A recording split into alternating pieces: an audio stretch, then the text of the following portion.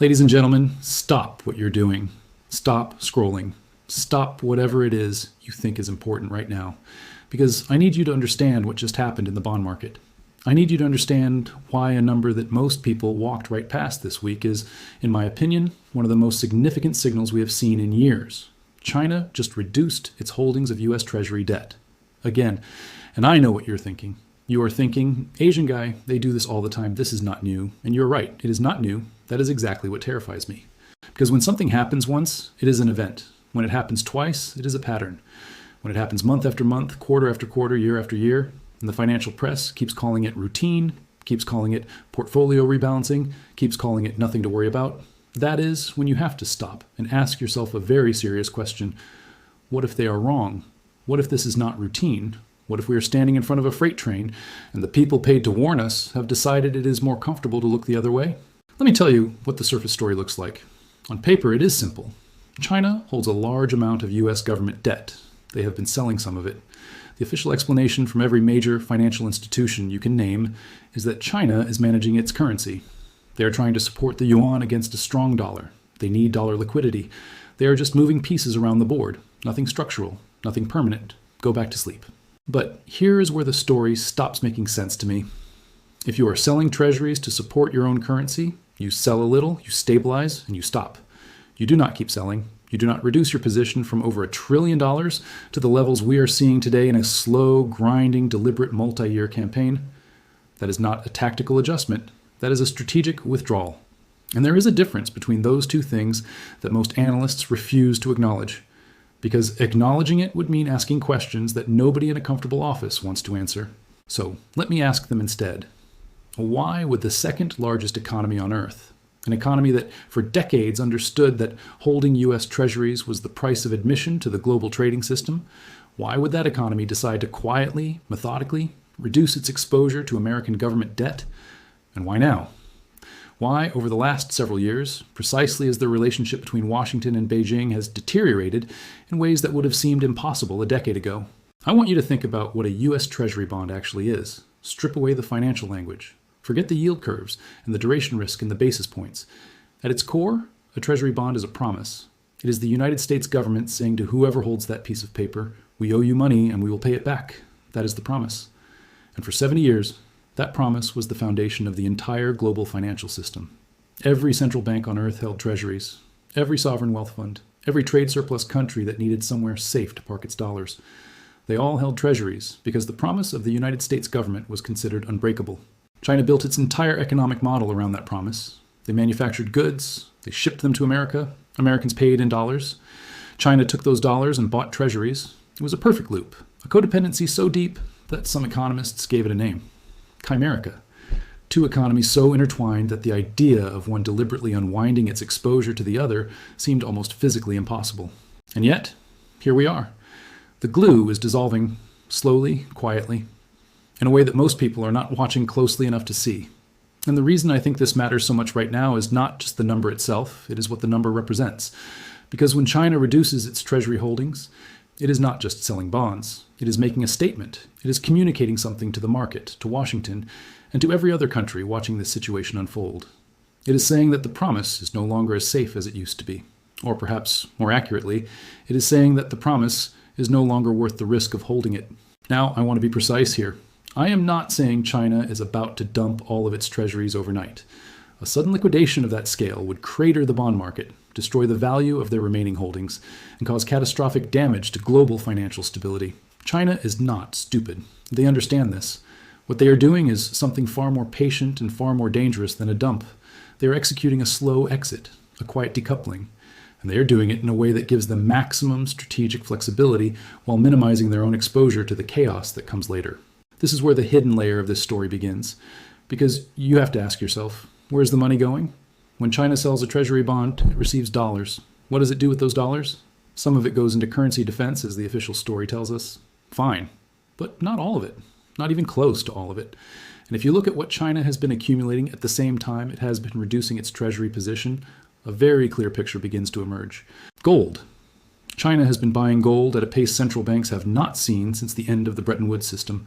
The People's Bank of China has been adding to its gold reserves consistently and aggressively. And those are just the official numbers. There is substantial reason to believe the actual accumulation is significantly larger, routed through state-owned entities and sovereign funds that do not appear in central bank data. The physical gold is moving east, just like the silver we have discussed in previous reports. The metal is leaving the vaults of the West and flowing into the hands of a country that has made a deliberate decision that the future will not be denominated in US dollars. And it is not just gold. China has been quietly building bilateral trade agreements that settle in local currencies. The yuan, the ruble, the rupee. They are constructing, piece by piece, the architecture of an alternative financial system. One that does not require the dollar as its foundation. One that does not require access to the SWIFT messaging network that the United States used as a weapon when it sanctioned Russia. They watched what happened to Russia's reserves. Over $300 billion of Russian sovereign assets frozen overnight. Confiscated. Gone. And every country on earth that was not firmly in the Western camp looked at that and drew the same conclusion. Our dollar reserves are not safe. They are a liability. They are a leash. This is the moment that nobody in the mainstream financial press wants to talk about seriously. The moment when holding US Treasuries went from being the safest thing a country could do to being a potential national security risk. Because if you hold your nation's wealth in an instrument that another government can freeze, block, or confiscate, then you do not actually hold your nation's wealth. You are renting it. And the landlord just showed the world what happens when tenants stop following the rules. China saw this. China understood the implications before almost anyone else at the sovereign level. And China began, very carefully, very deliberately, to reduce its exposure, not in a way that would trigger panic, not in a way that would cause a crisis before they were ready for one, but in a way that, if you are paying attention, is unmistakable in its direction and its intent. Now let me tell you why the market reaction matters. Because markets are not just pricing machines, they are also messaging systems. They communicate what the most sophisticated players in the world actually believe, as opposed to what the official narrative says they should believe. And when news of significant treasury selling by China hits the market, the reaction is instructive. Yields move. The dollar wobbles. There's a moment of genuine anxiety before the usual voices come on television and explain that everything is fine. This is just rebalancing. There's no structural shift. Move along. But the anxiety is real. And the reason it is real is that every serious bond trader on Earth is running the same calculation in the back of their mind. If China continues this trajectory, if other major surplus nations look at what China is doing and decide to follow, what happens to the treasury market? Who buys the debt? Because the United States is not reducing its borrowing. The deficit is not shrinking. The amount of new treasury paper coming to market every year is enormous and growing. If the largest foreign holder of that debt is quietly walking toward the exit, someone has to take their place. And the question of who takes their place, and at what price, and with what conditions, is the question that determines the future of the global financial system. The Federal Reserve is the buyer of last resort. We know this. When demand for treasuries is insufficient, the Fed steps in and buys them by creating new dollars. We have a name for this. We call it quantitative easing. We call it asset purchases. We call it balance sheet expansion. But what it really is, underneath all the technical language, is money printing. It is the creation of currency to fund government spending because the natural buyers of that debt have decided the risk is too great or the yield is insufficient compensation for holding a depreciating asset. And here is the feedback loop that nobody wants to stare at directly. If China reduces its treasury holdings and the Fed has to step in to buy the gap, the Fed creates new dollars to do that. More dollars means each dollar is worth slightly less. A weaker dollar means the real return on holding dollar-denominated debt is lower. A lower real return means the next buyer demands a higher yield to compensate. A higher yield means higher borrowing costs for the US government. Higher borrowing costs mean a larger deficit. A larger deficit means more treasury issuance. More issuance means more selling pressure. And around we go. This loop has a name. It is called a debt spiral. And the remarkable thing about a debt spiral is that it can run slowly for a very long time, looking perfectly manageable at every step, until suddenly it does not. Until the confidence that holds the entire structure together is gone. And when confidence in a sovereign debt market breaks, it does not break gradually, it breaks all at once. Ask anyone who watched what happened to Argentina, or Turkey, or any of the countries that discovered, usually far too late, that the bond market is not a patient creditor. The United States is not Argentina. The dollar is the reserve currency. The treasury market is the deepest and most liquid in the world. These are real advantages. I'm not dismissing them.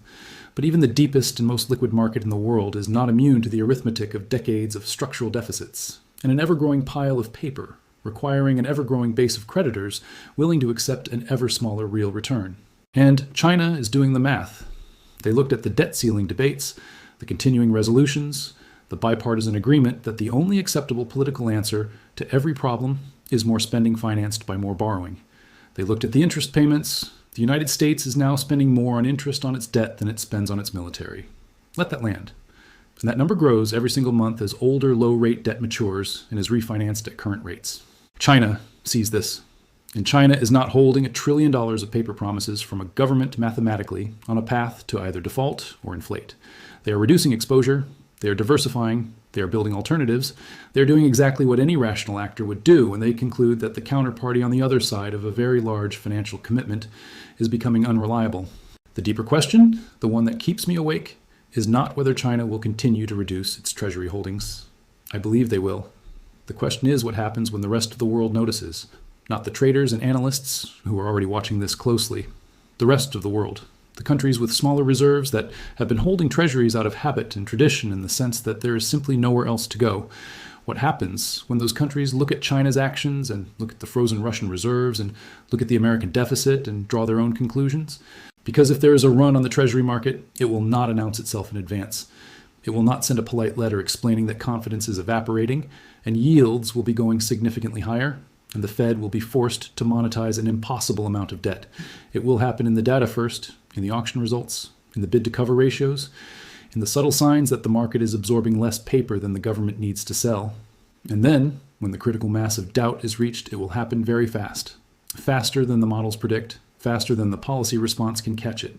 That is the scenario China is preparing for. Not necessarily as something they want to cause, but as something they want to survive. They are building their lifeboats. They are converting paper promises into physical assets. They are creating the bilateral trade infrastructure that lets them function in a world where the dollar is no longer the unchallenged foundation of everything. And every treasury bond they sell is one more step in that preparation. I'm not telling you when this ends. I'm not telling you what the price of anything will be when it does. I'm telling you that the signals are there. They have been there for years. And the people whose job it is to tell you everything is fine have a very strong professional and institutional incentive to keep telling you that, right up until the moment it isn't. By the time the headlines are honest about what has been happening in this market, the move will already be over, the window will already be closed, and the people who were paying attention, the ones who looked at the data and took the signal seriously, will be the only ones who understood that this was never about routine portfolio rebalancing. This was about the end of an era, and it has been unfolding in plain sight. I am John A.G. from Currency Archive. Stay alert.